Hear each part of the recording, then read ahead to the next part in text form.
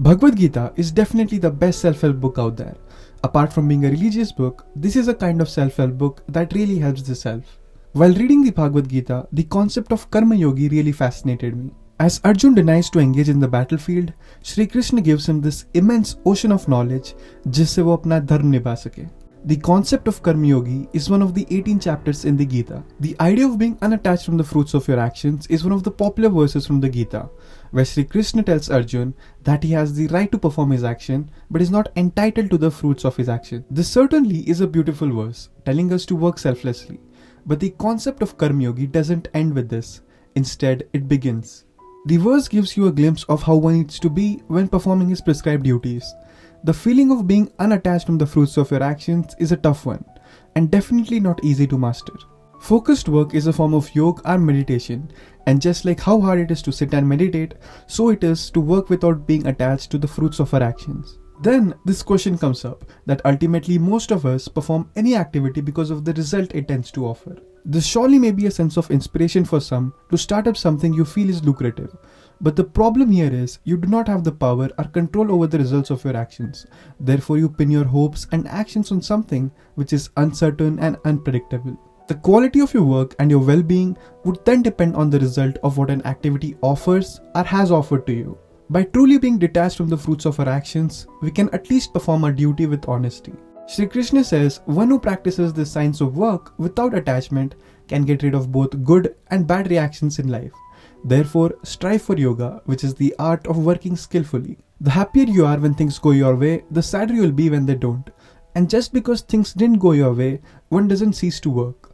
Instead of engaging in deriving pleasure from your work, focus on mastering it and working selflessly. Of course, it's easier said than done. In reality, the harder we work and the more effort we put in, हम उतना ही उस काम से निकले गए result से attach हो जाते हैं.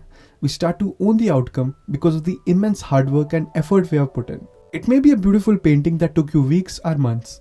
It may be the scores you have retained in a test after pulling one all-nighter after another. The point is, you won't shy away from owning the outcome of your hard work and will inevitably get attached to it. Then this attachment will be the reason for your happiness or sadness. The solution that Shri Krishna gives is not to give the result such power and control in the first place. Instead, take refuge in action and pin your hopes on performing your duty skillfully. फिर ये सवाल आता है कि why would I even work hard if I do not think about the results? Ultimately, that's the source of my motivation. That's something that excites me. If I do not perform with the intention of being successful, then how will I give my best? As we dive deeper into the Gita and the concept of Karma Yogi, things start getting clearer, and we also get an answer to this question. Shri Krishna says that we must perform our prescribed duty as a yajna, which means sacrifice to the Supreme God. This means that we should perform a prescribed duty as an offering to God, and by performing a prescribed duty as a sacrifice or offering to the Supreme God, we seek no personal gains. Through this, we are freeing ourselves from the bondage of the results of our actions, with no desire to gain or lose anything. Just as one offers fruits and flowers in a temple as a sign of devotion to the Supreme, similarly the Karma Yogis perform their prescribed duty as an offering to God as a sign of their devotion. The amount of work, effort and scrutiny we put into completing our prescribed duty shows the amount of devotion we have for the Supreme Being. By doing so, you not only fulfill your obligations, but also cultivate a sense of devotion and surrender to the Supreme. Eventually, leaving the burden of the results up to the Supreme. Think of it as making the greatest painting you can make, only to eventually tear it. Think of it as making the best possible video you can make, only to eventually delete it. Think of it as making the best pizza you can make, only to eventually throw it away. I do not mean this literally. This shows that it no longer matters to you what happens to what you have done. All that matters is what you did. Seek refuge in action, accomplishing knowledge and insight. Remove any kind of reward-seeking behavior from your life. Though it's better said than done, think of the larger picture than just limiting yourself to the results and personal gains. Do not do any action because you expect a favor in return sometime in the future. Do the action because you are guided by a sense of duty and compassion, seeking no rewards. Miserable are those who seek rewards and enjoy the fruits of their actions, forgetting that they are not the cause of the results.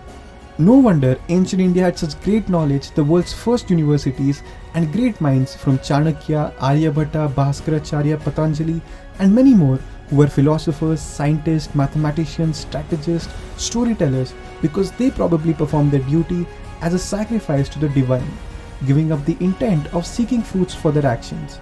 We are all mortal beings, and unlike animals, we have the ability to change our focus of attention, perform a prescribed duty, and contribute to the welfare of the world in some way. Work because you have been given an opportunity to perform your prescribed duty, and not because of the results it can offer. Therefore, O Arjun, strive to be a yogi.